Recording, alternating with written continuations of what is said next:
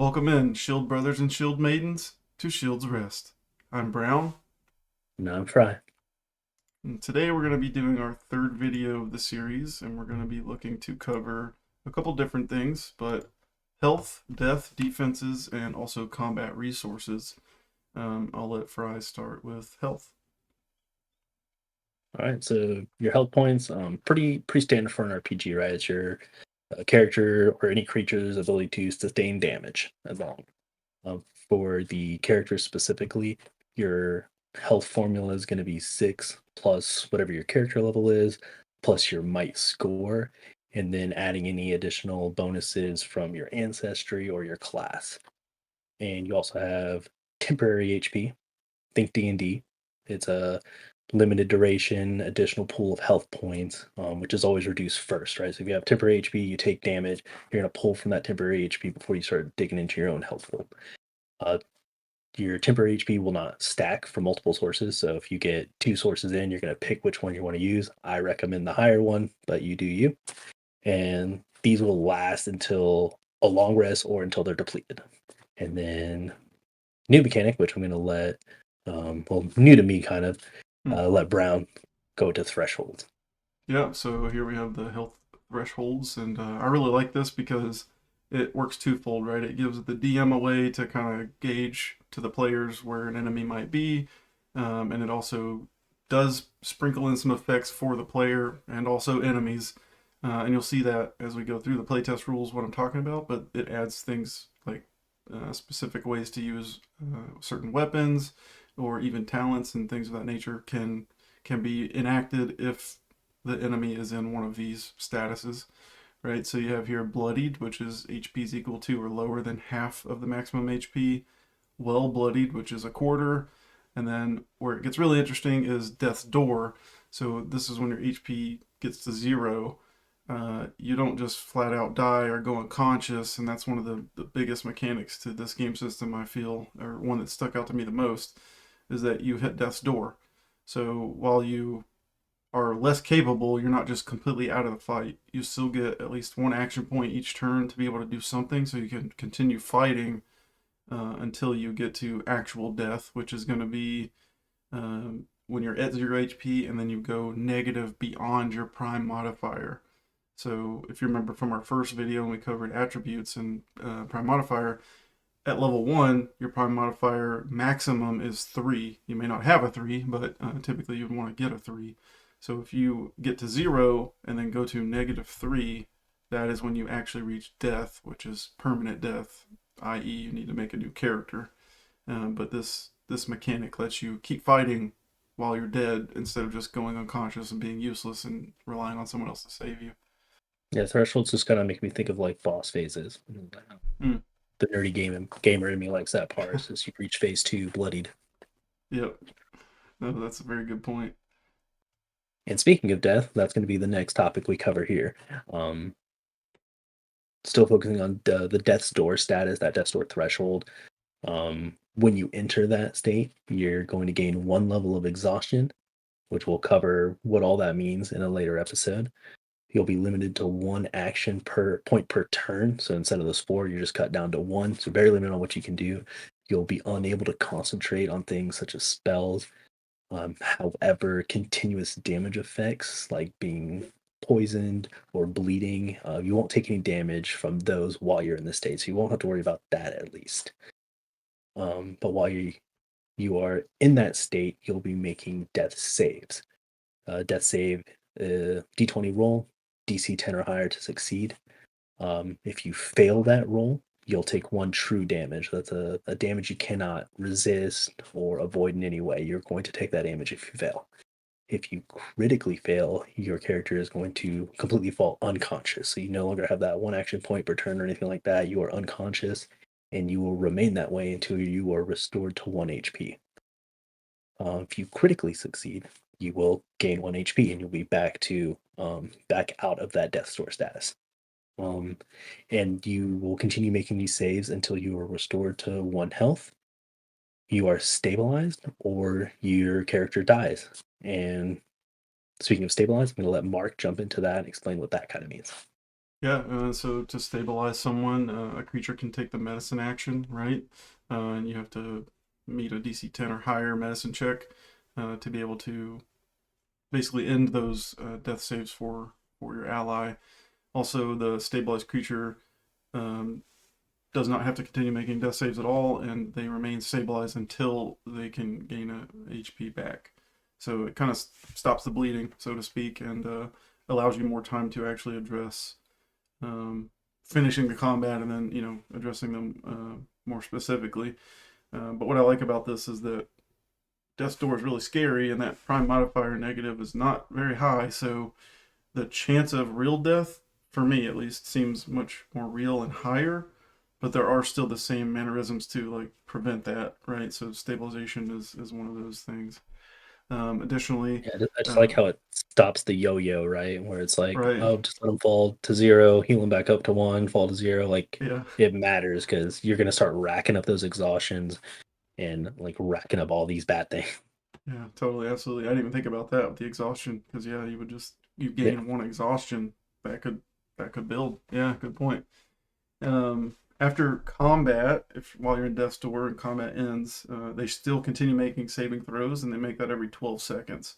So even if you end the combat, if you don't stabilize them, they are still making death saving throws, and it's going to be quicker because 12 seconds. You know, what I mean, like a 2 round situation, but after combat, that goes very fast. And the same thing applies there with the failures that you would make during death saves. You still make those even if the combat's over. It's not just combat's over and they're fine now. And for NPCs on Death's Door, um, they normally die when they're reduced to 0. However, the game master can implement a rule that it applies to them as well. So where they drop down to 1 AP and can keep fighting, and then have to go to like the negative modifier type situation. So that's a pretty interesting way to flavor it and have fun as a DM because, like it says here, you can get last words out or do those kind of like more, I don't know, higher critical things that make you remember that session. It's more impactful the way that you can play that out. Yeah, Um, I appreciate the like the plain text on it, right? Because like as a mm, GM, you can like in other systems you can just choose to do that, but I like how it's like some people like to play by the book and the fact that there's a rule in for you to be like, yeah, you can do this. I could definitely see that being helpful for people. So I do appreciate the like really the thought and mm, breakdown of like every step of the game so far. yeah, absolutely, I love it. But yeah, that's And I that's kind just of love this mechanic.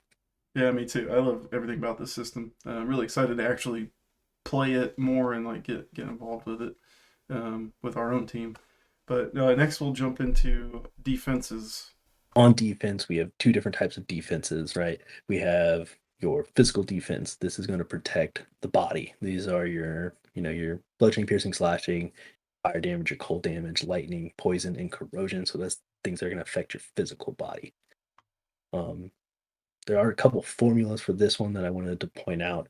Um, so your normal formula, it's 8 combat mastery, agility, and then any armor bonuses that you have.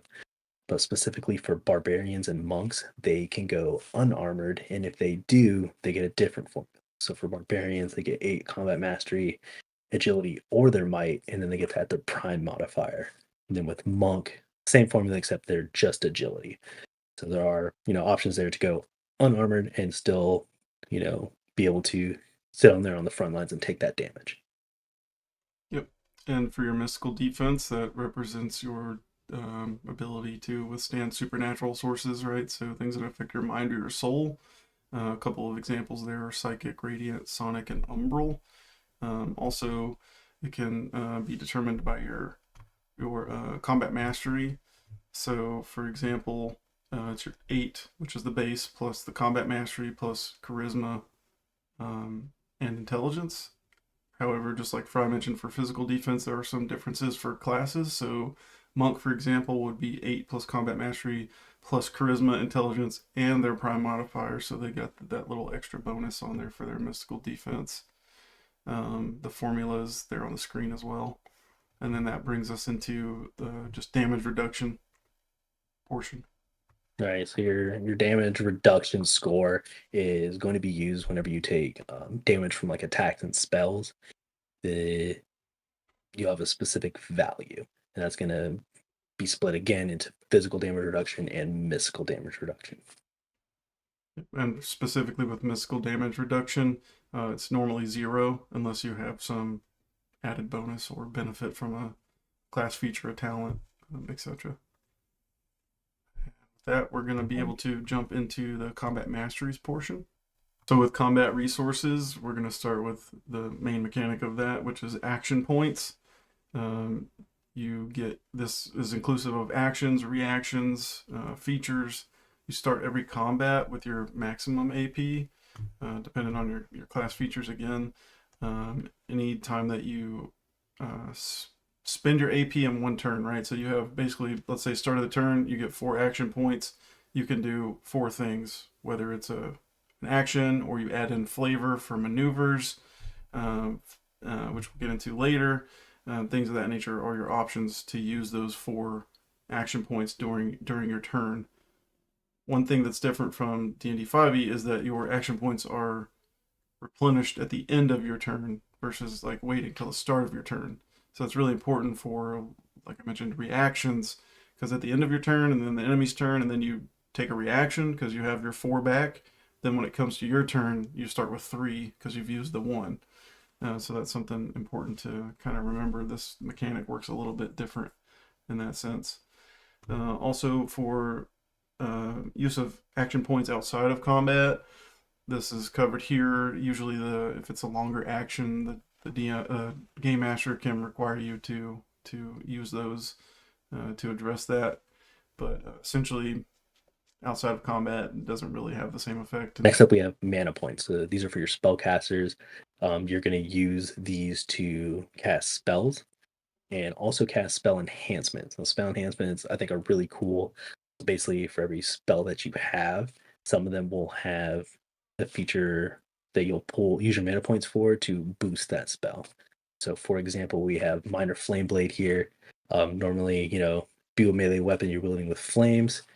Add the additional 1 fire damage. However, if you spend an additional mana point when you cast that spell, you can have these extra enhancements. So looking at Flame Strike here, you spend that 1 mana point and you get to add an additional 2 fire damage to the attack check. And if you miss, you still deal 1 fire damage to the target. So it's a way to really kind of customize your spells and really flavor them in the way that you want to. Again, coming all back to that customizability and all the options that you have.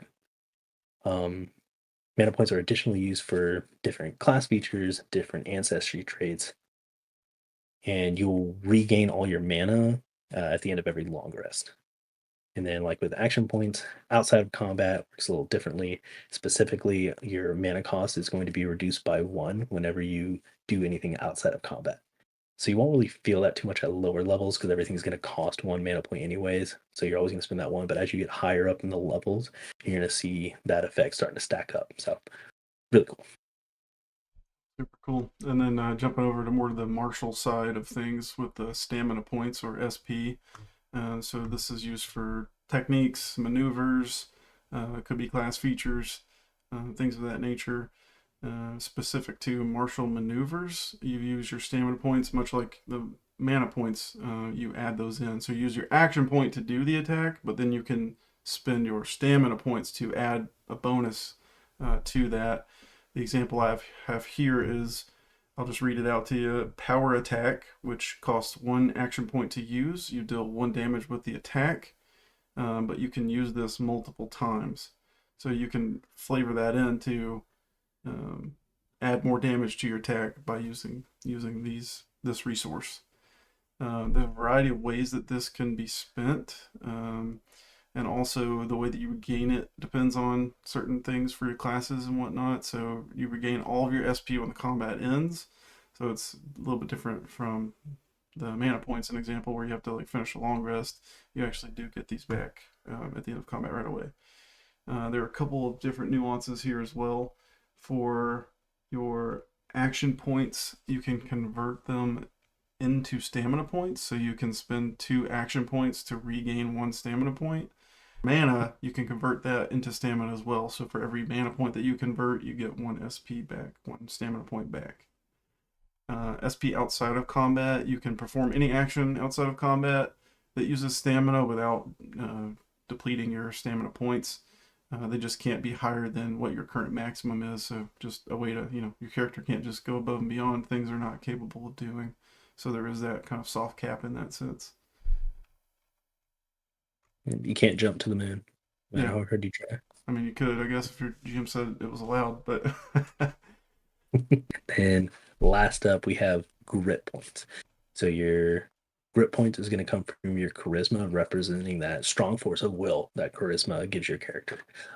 So you're going to have grit points equal to 2 plus your charisma modifier. Do note that if your charisma modifier is negative, you will lose grit points. So just keep that in mind. To regain grit points when you finish a long rest, and how you spend your grit points is 2 ways. You can do what's called bearing damage. So when you're hit by an attack, you can spend 1 grit point to reduce it by 1. Or you can do what's called a save resolve. So you can spend a grit point as a reaction to grant a creature you can see or hear advantage on that save. Just note that you have to do it before any dice are rolled, and you can only gain the benefit of 1 grit point. You can't like stack up grit points to um, stack up advantages. yeah. One thing I do like about this, just an example I'll give with like bearing damage. If you're playing a charisma based class, you can see your grit points is equal to 2 plus your charisma. So if you're level 1 and you're gonna max your charisma to 3, you've got 5 grit right out the gate. So you've got a way to reduce incoming damage up to 5 times. I mean that plus your 7 base HP, whatever your class gives you on top of that, you'll be pretty strong at level 1 starting out, at least for survivability. Yeah, I'm already prepping for a charisma barbarian. I think it'd Yeah, I be already know you're gonna make some good. broken character that's just gonna do silly things, but it's gonna be great because we're all gonna do that. Exactly. So, but yeah, we hope this was quick and useful. And again, as usual, we'll put the links in the description so you can go and support the Dungeon Coach, check out the Patreon, the Kickstarter, etc. Also, the link to these playtest rules so you can read through them more yourself and kind of look at different things and start coming up with your own ideas and understanding the system. Um, Again, I think our next video, let's see, what's our next video going to be? I think we're going to try and cover ancestries next. So that one's going to be more of a focused topic. We've been trying to kind of lump stuff up that makes sense, but I think ancestry is going to be uh, going to dive in a little deeper that to really show the nuances between all those different choices. There you go. And we're kind of monitoring that off of this character creation outline, right? So the 10 steps of creating a character, that's kind of the flow we've been going as well. We do plan to cover all of the playtest rules, but building up to those character creations and following that flow so that you can watch these videos and follow along as well. But, yeah, we appreciate you guys watching. Again, please engage with us, give us your feedback, let us know how we can do better, what you want to see either now or in the future, any improvements or recommendations you might have, and truly appreciate you and look forward to working with you as we grow and develop this. But we'll see you in the next one. Yeah, y'all take care.